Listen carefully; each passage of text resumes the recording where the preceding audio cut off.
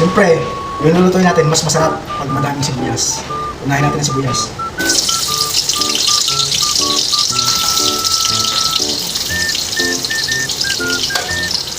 Mahilig magluto dyan. Pagka lulutuin ay maraming sibuyas, alam na this kung anong putahe lulutuin.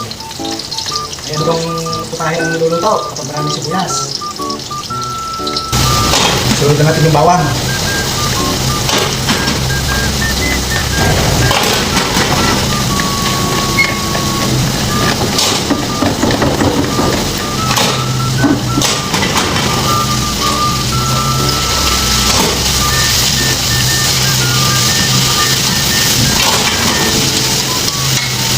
Yung mga kanayan, anong tingin nyo sa karning aray?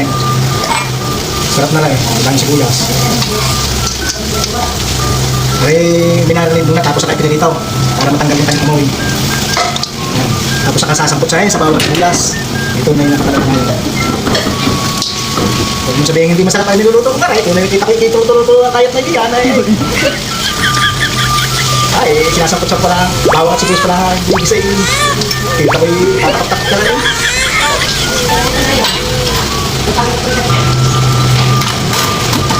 Oh, hindi makakatanggal. Kaya yung kita ay tutulungan lang ako yun. Pasensya na kayo.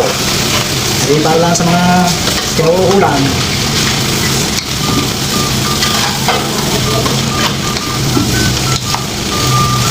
Yan nyo.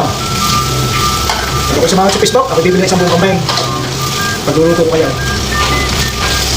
Malapit ako sa mahaw.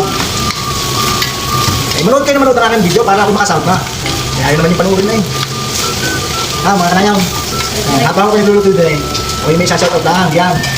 Yan, shoutout sa aking mga content creator dyan. Si Kaputol Vlog, si Kasubaybay Vlog, si Utoy Batangginyaw, si Yats Pa, si Kapulutan, si Kaungol, Jeremy Silva. Yan, yan ating pinsan din yan, si